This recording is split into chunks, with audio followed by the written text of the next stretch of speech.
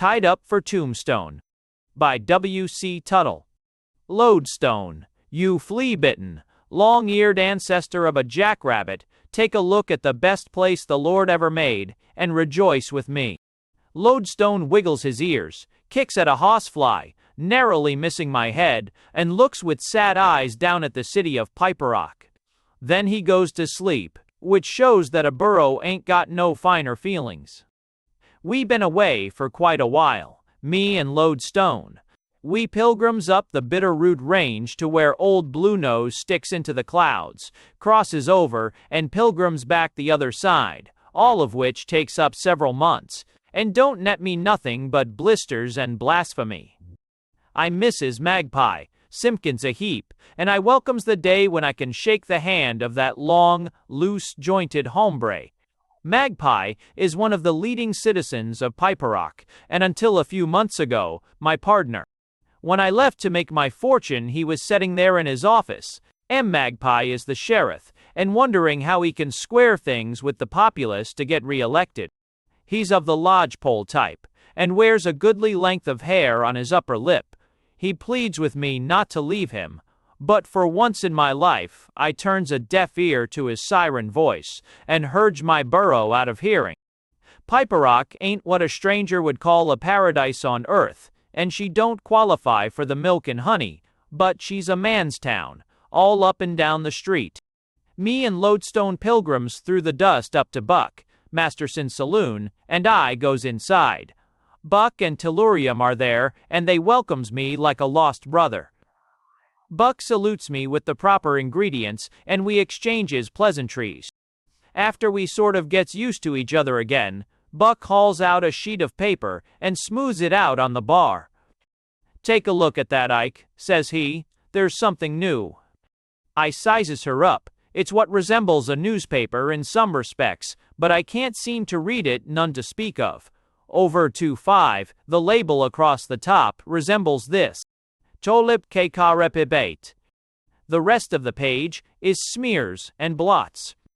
"Looks like a Russian proclamation, Buck," says I. "Where did it come from?" "Right here, Ike. That ex-partner of yours published it." "Magpie?" I asks, and they both nods. "That's his first edition," replies Buck. "He took over the office when a few of the local boys ran the editor across the border for slandering the community. That paper invades this here country about a month after you leaves, and she runs high along until the editor gets a call to uplift the community. Yesterday he beat the posse across the line, and Magpie gets out his maiden sheet. This here feller speaks feelingly of lawlessness, and even goes so far as to make personal remarks about our morals. What he said about the town of Paradise was awful." "Is Magpie still sheriff?" I asks. "Uh-huh," admits Tellurium, who ain't friendly with Magpie. "Abe Anderson was running against him and had a grand chance to win, but Abe's old weakness crops up and spoils things. Abe's seen a chance to run off some Circle Star cows," explains Buck. "He runs foul of Magpie and 3 of the Circle Star punchers, and when they gets through convincing him that 'thou shalt not steal,' we ain't in shape to use votes. Magpie races alone and is elected by 5 votes. Well, well, says I, a few months sure does change the map. I'll go down and see if that benighted son of a lodgepole don't need some help. I prods Lodestone down the street to where I sees a sign, which proclaims there's a newspaper office. I hitches my rolling stock and goes inside. Magpie is there. All I can see is the bottom of his boots, the seat of his pants and his elbows. The rest of him is behind a newspaper, as he leans back in a chair, with his feet on the table. I leans against the table and rolls a smoke. He glances at me, switches his cigarette over to the other side of his mouth, and goes on trying to read. I say trying to read, for the reason that he's got a paper he printed himself. Pretty soon he yawns, and lays the paper across his knees. Ike, says he, that's some paper. Some ink, too, if that's anything to brag about, I replies. When did you learn to write Russian? Maybe it's Chinook with the blind stagger's Magpie. But anyway, she's a terrible language. What does them big letters at the top proclaim? That? Huh. The Piper Rock pilot. Won't the letters run the other way, Magpie? I reckon they would, Ike, but how am I going to know what she reads? It's a dang sight easier for the public to read the print backwards than it is for me to read the type that-a-way. I'm glad to see ya, Ike. Still following the line of least resistance, eh, Magpie? I'm glad to see you too. Accumulate anything on your trip, Ike? Wood ticks, fool hens, and a growing conviction that rich rock is scarce. How's things at the sheriff's office? Tollable, Ike, won by a narrow majority. I reckon if Abe had a lived we'd needed a recount. Lot of folks voted for him after he was dead. They would, I agrees. Lot of folks around here ain't got no more ambition than to vote for a corpse. How comes it you're a editor? Has all the bad men died off, or has a moral wave had Piper Rock? I always been a critter of circumstance, Ike, he states, unfolding his long legs and easing his gun handy-like. I always been a disciple of advance. I'll worn all the skin off my shoulder trying to give the wheels of progress a lift. At times them wheels have slipped and sprained my immediate future, but I never peeped. When this here misguided editor fades across the horizon, me, being sheriff, appropriates this here plant and opines to run it as a public institution. There's 25 sheets of paper left and 1 can of ink. My first edition takes 12 sheets, and I hereby claims that a man, without no experience, what can rise to the occasion and put out a paper like that is a credit to the community. Didn't you have trouble finding all them letters, Magpie? Trouble? Say, the ends of my fingers are so tender I can hold out my hands and feel the sun slide behind the hills. The next publication is problematical, Ike.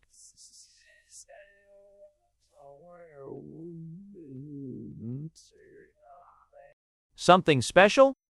Uh-huh. Tombstone, Todd's obituary. From Willier Crick? I asks, and Magpie nods. Uh-huh. Him and Cactus's Collins comes over here to help elect Abe A. Anderson, being as Abe was a relative.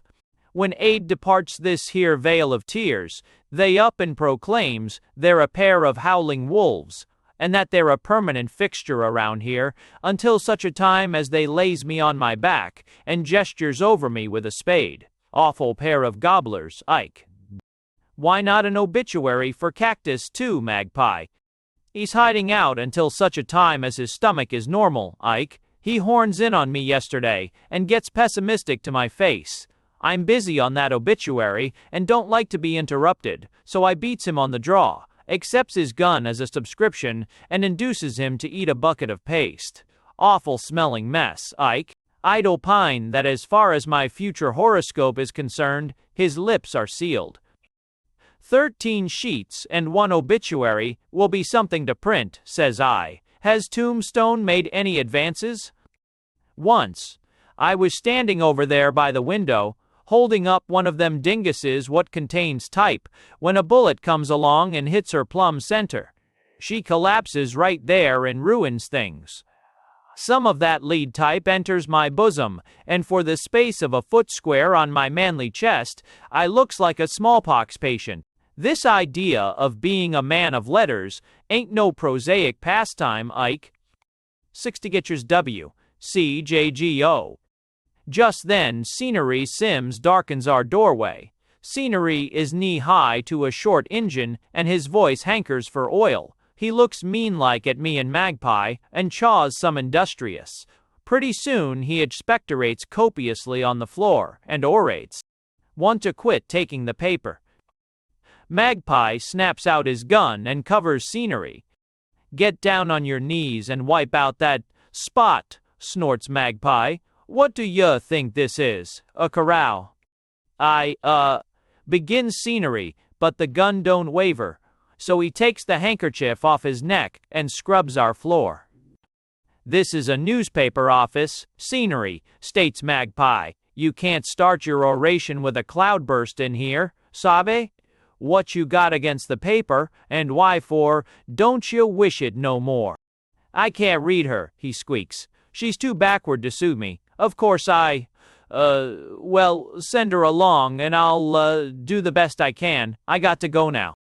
He slips out with his hat in his hand and lopes off up the street. Nah, I do. That's business, Ike, laughs Magpie. I'm going to make 'em like it. When ya had the drop on him, ya ought to 'a collected in advance for another year, says I. You sure need a manager, Magpie, for the Piperot pilot, limited to 13 sheets and a death notice. Howdy, gents, states a voice at the door.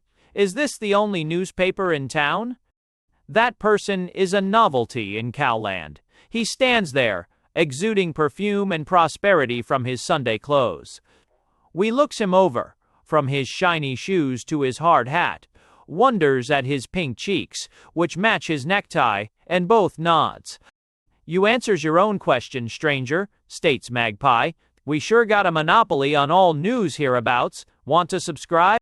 He ambles over and sets down on a stool, and looks the place over. He takes off his hat, balances it on his knee, and produces some sheets of paper. What's your amusement rates? He asks. Half page may be full. Magpie rolls a fresh smoke and studies the feller.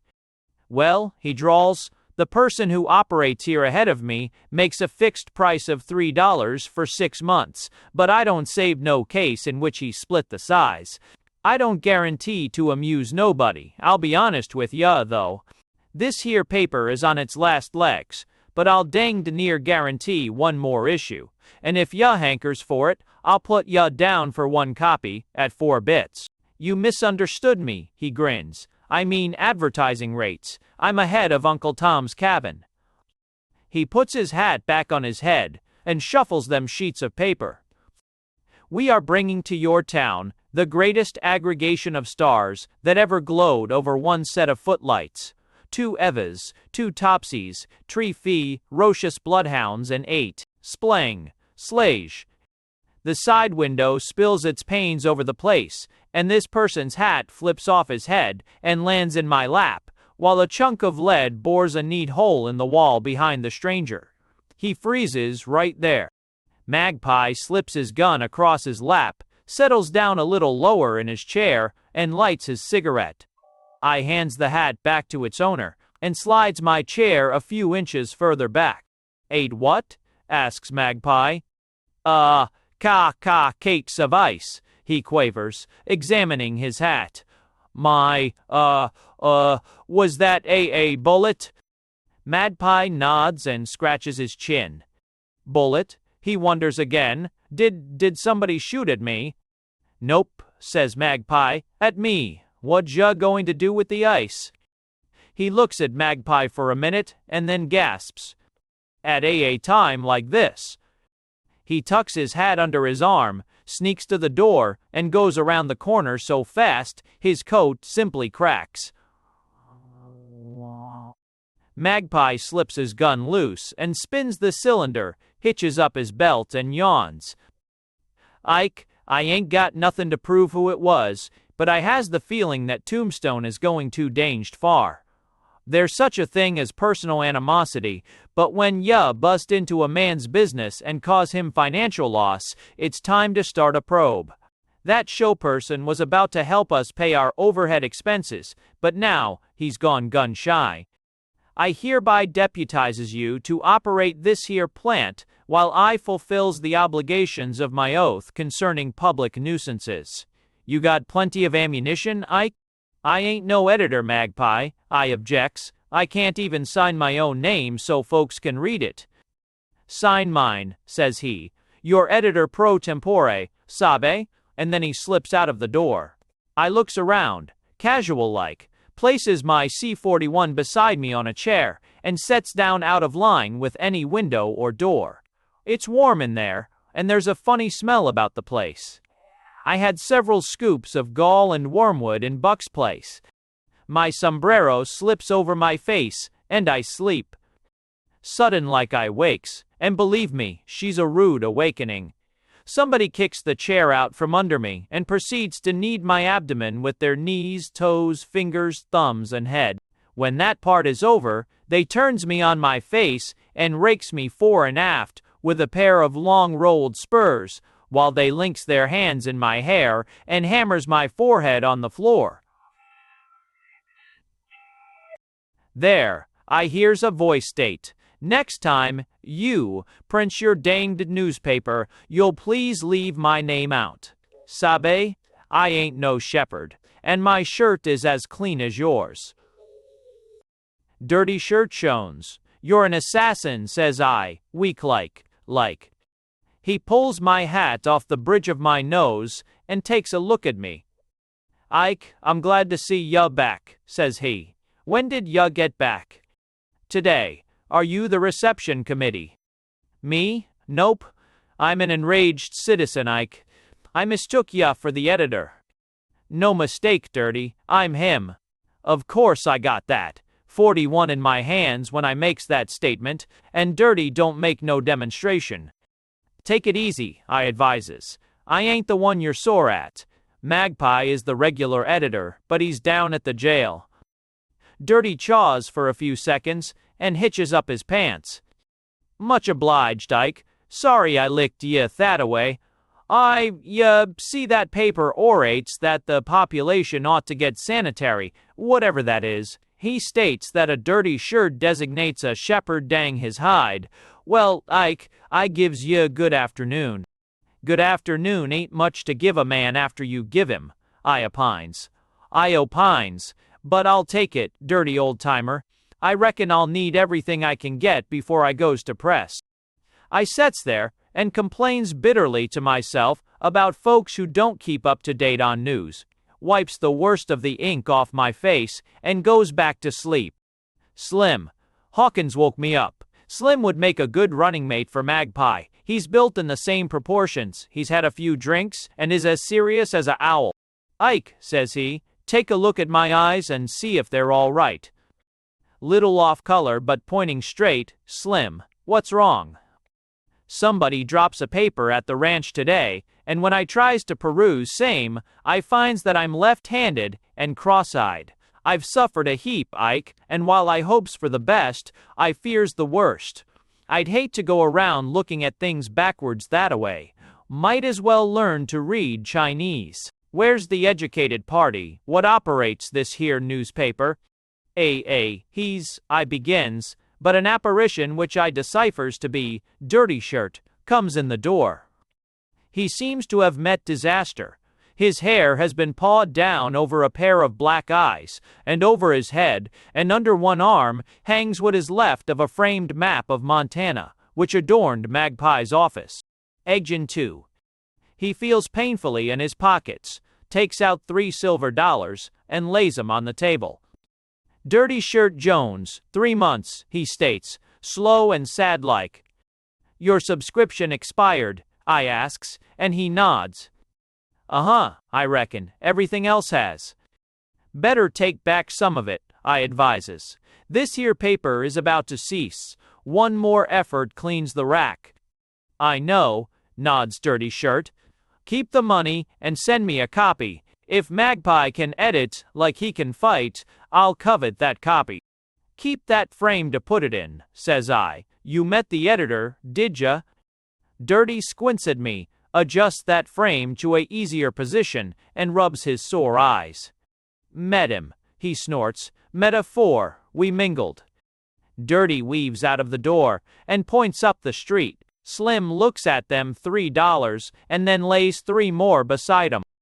I don't save the game, Ike, but I'm matching Dirty's ante. I don't know what Magpie's argument is, but anybody what can make Dirty Shirt pay $3 for a left-handed newspaper must have something besides conversation.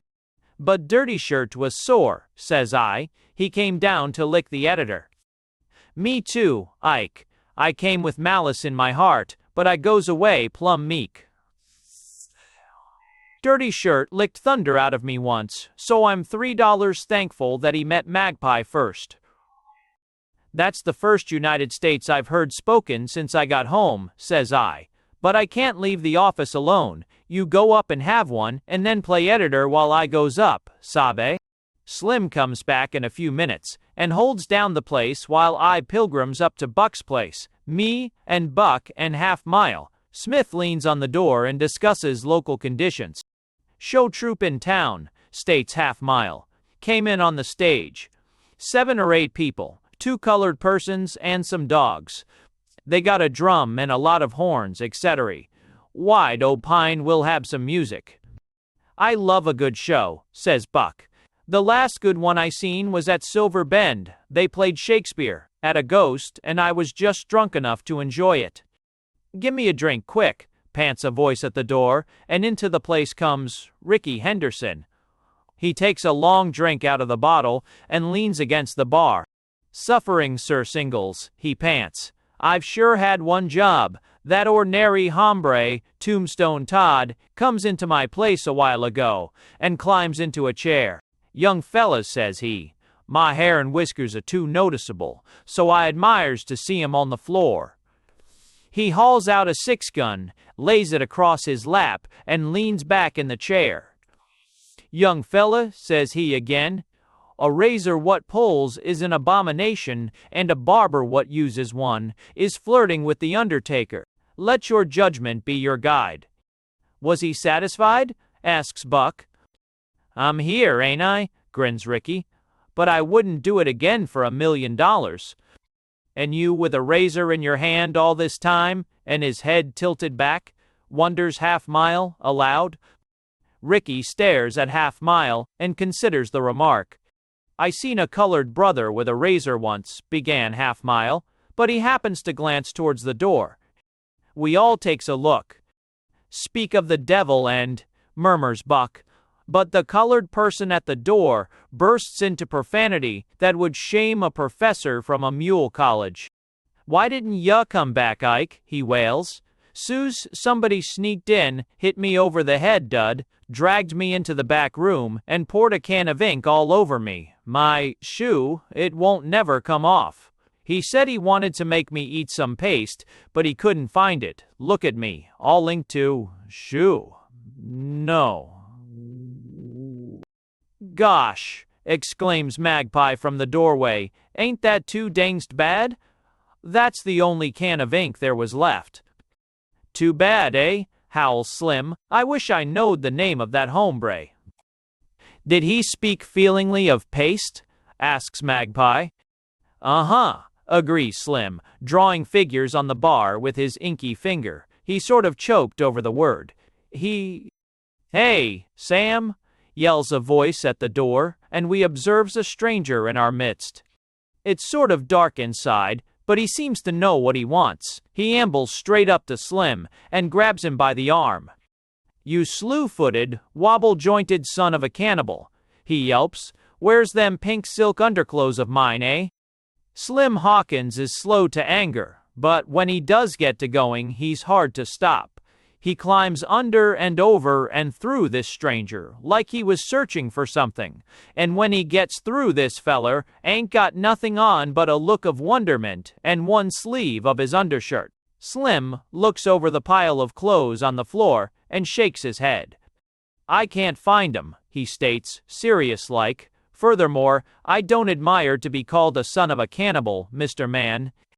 The feller braces his hands behind him on the floor and shakes his head like he was trying to collect his thoughts. He squints at Slim and then explodes. My S, you ain't Sam. A slight inquiry would have saved us all this search, says Slim. Who is Sam? Who is Sam? One of my company, my Uncle Tom. So, drawled Slim, you with this here Uncle Tom's cabin outfit? Yes, says he, I'm Simon Legree. So? Slim picks the gent up by one leg and an arm, carries him out and dumps him right into the street without no clothes on. There, yells Slim, as the stranger hits the dirt. I've read all about ya, Mr. Legree, and this is one colored person ya can't run no sandy on. Or, sabe? This Legree person don't linger. It's about 200 yards to Holt's hotel door, and he negotiates the distance in the time it takes Slim to shoot 6 shots into the dirt behind him. On his way, he meets Cobalt Williams. Cobalt steps to one side to let him past, catches his spur in the dirt, and sets down. It spoils his aim. He tears the knob off the door after it shuts behind Legree.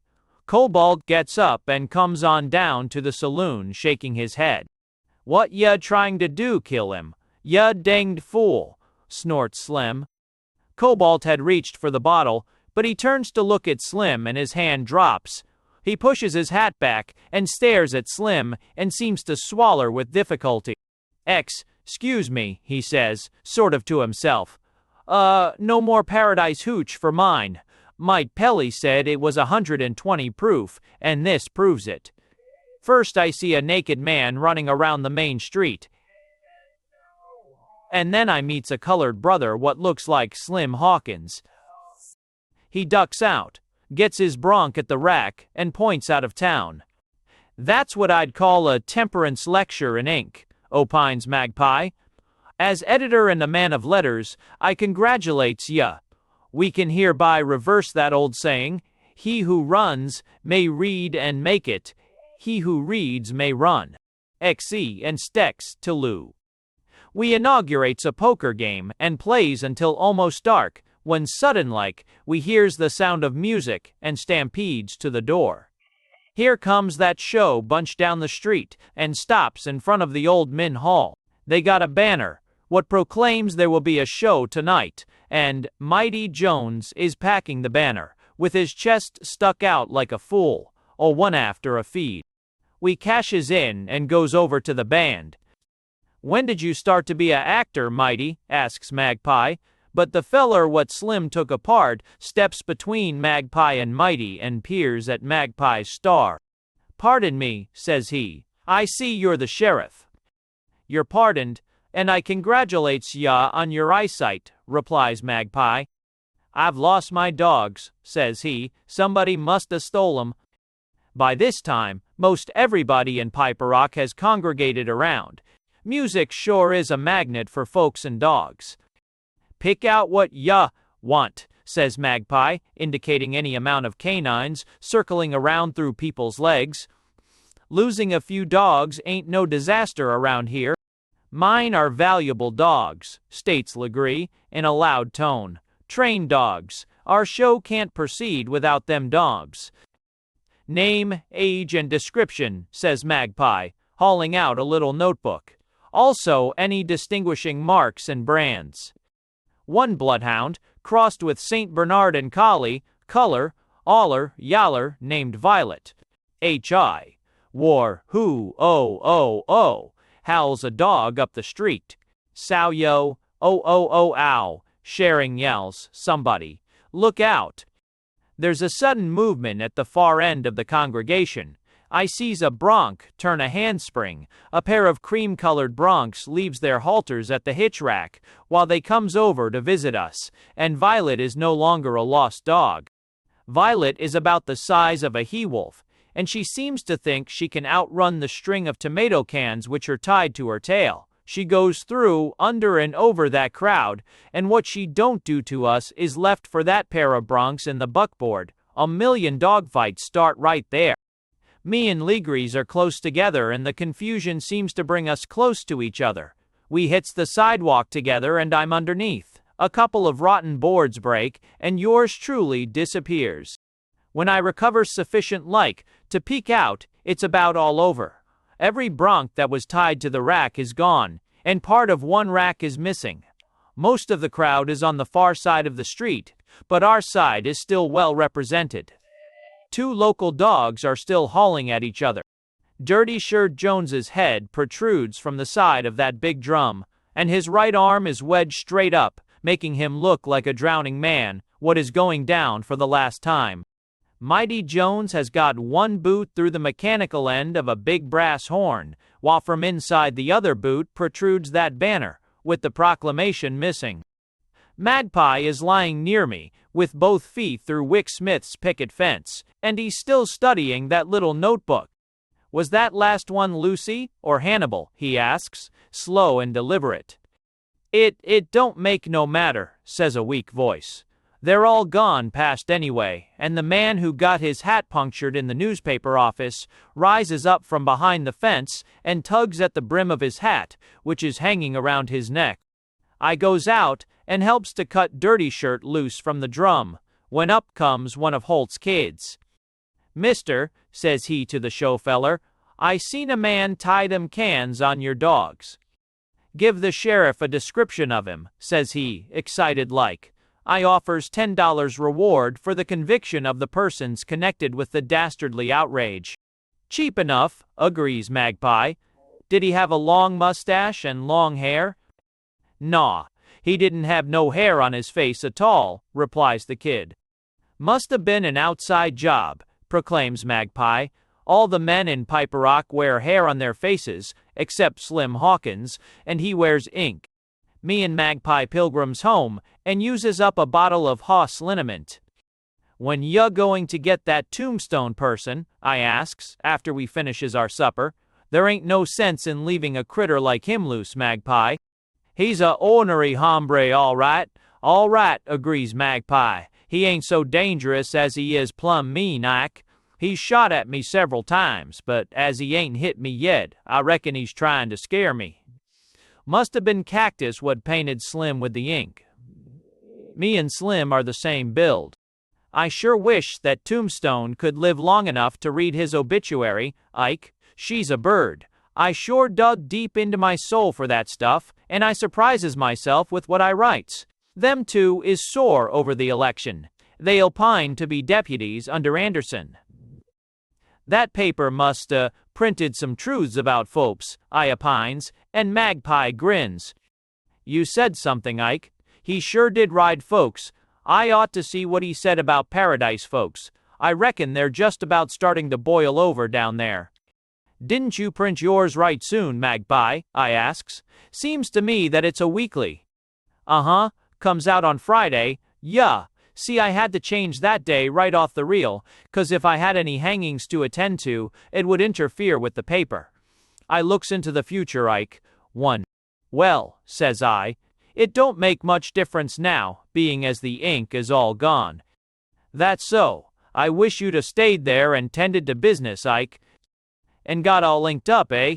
I never did have any luck, and if it had 'a' been me, somebody would 'a' come in and helped Cactus find that paste jar. Too bad the show got busted up that-a-way." "Uh-huh," yawns Magpie. "We ain't had a good show for a long time. But I don't admire a show what depends on 3 dogs and 8 cakes of ice. Let's hit the hay." That night, somebody comes down and paints a skull and crossbones on our door, and it makes Magpie sore. "I'm commencing to get riled internally, Ike," he states, when he views said works of art. "You go back and hold down the newspaper, and in a little while I'll show you the scalp of this artist. Rustle around and see if there's any ink left. I got that obituary all fixed up left-handed, and she's cached under a soapbox behind the printing machine. Don't jiggle it, 'cause she's fragile as... I left that page just like she was for the other paper, but I got a place in it what fits this here masterpiece of mine. If Tombstone should make a mistake and hit me, ya won't need the obituary, sabe?" "Uh-huh, I'll just run the rest, Magpie. It looks like a bundle of crepe anyway."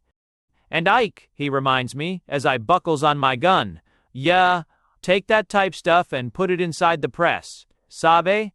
Then ya take that roller thing and pour on some ink, roll her over the letters, slap on a sheet of paper and twist that handle down hard." "You furnish the news, Magpie," says I. "I'll hold the wheels of progress for Tombstone Todd. Economics H." I goes up to Buck's place and settles some elixir under my belt, while me and Buck talks over the humdrum existence we're leading. "Dirty Shirt is still going around with his right hand up in the air," laughs Buck. "Reckon he's flagged everyone in sight." "How's the show outfit?" I asks. "Right miserable, I reckon. All of 'em except one left on the stage this morning. That exception, a colored person, mistakes Slim for a blood brother, and being as Slim ain't back yet, I'd say they went quite a ways. I never seen fast black fade the way that person did. That other colored member didn't have much to say this morning. He was packing one of them slide horns in the band last night, and when the buckboard hit him, he sails right into Pete Gonier. Him and Pete holds about, even until Pete gets his hands loose, and then he winds that horn around the feller's neck so many times that we has to lay that colored gent across an anvil and cut it loose with a cold chisel.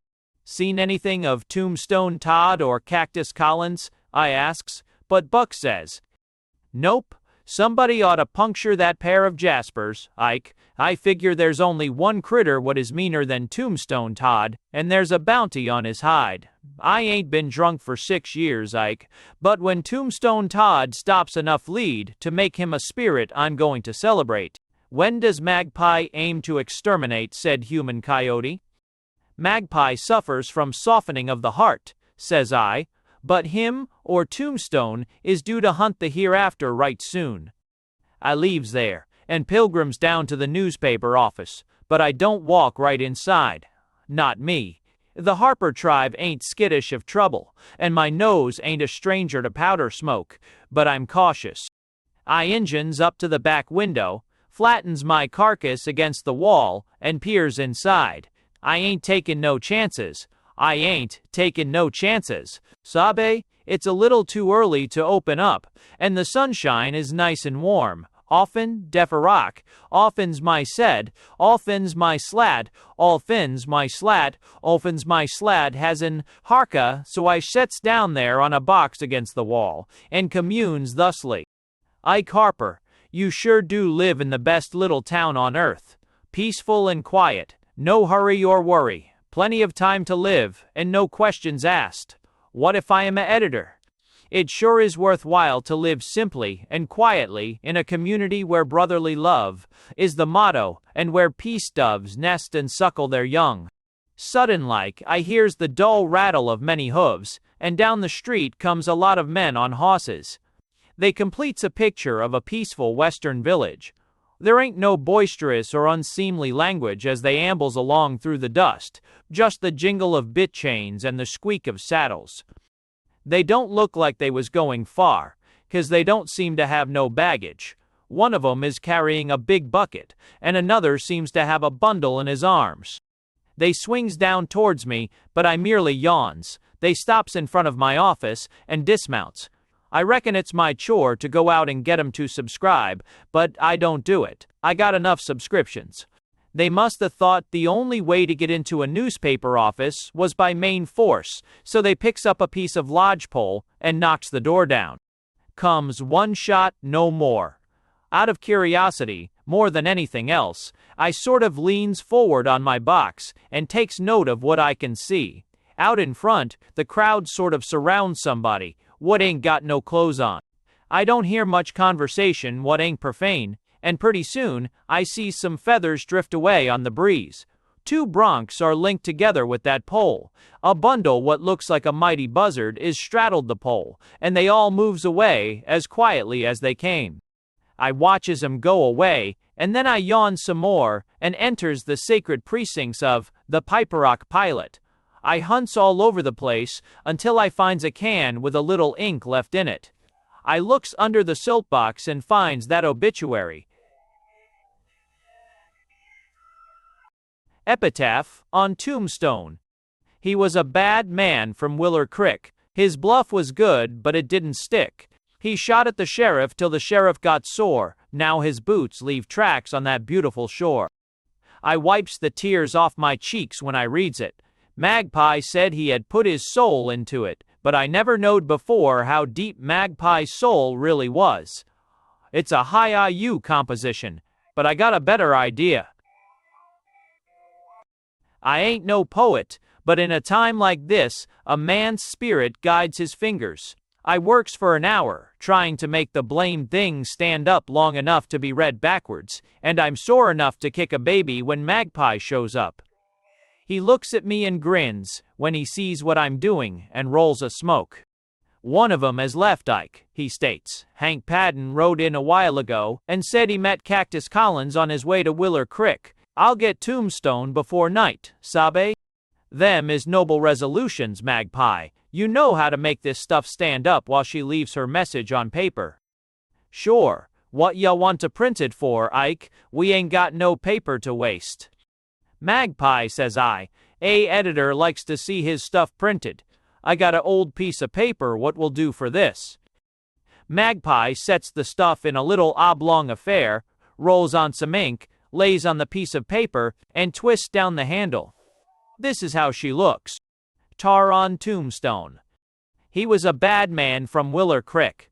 On his birthday suit grows feathers thick, feathers and tar instead of a grave, mistook for an editor cause of a shave. Magpie reads it all through. He sets down on a box, rolls a smoke, and reads it some more. He walks out to the door, looks around, and comes back. Who? He asks. Paradise folks, Magpie. Did you see him in here? Uh-huh, he was laying for us. Shaw. Magpie takes his gun out and looks it over, sad-like. He stares at the door for a minute and then... What's the notice on the door? He walks over and looks. Somebody has printed a notice and pinned it on that busted door, and she reads like this. This paper has quit for keeps. I went back and got that can of ink, and a stick, and I signs it. Tombstone Todd. What for, Ike? Asks Magpie. What did he have to do with it? Come back here, and I'll show ya. I takes him back to the table, and shows him a line of lead letters setting there on the table. It's the biggest in sight, and they reads, Epitaph for Magpie Simpkin, brave men and darn fuels don't scare. He was a darn fuel, may he rest in peace. We walks almost to the door, when Magpie goes back and gets that stick and the can of ink. I'll give him all the credit coming to him, Ike, says he, and underneath Tombstone's name he prints, Editor pro tempore. Transcriber's note, this story appeared in the September 18, 1918 issue of Adventure Magazine, IS. Thanks for listening to Tied Up for Tombstone by W.C. Tuttle.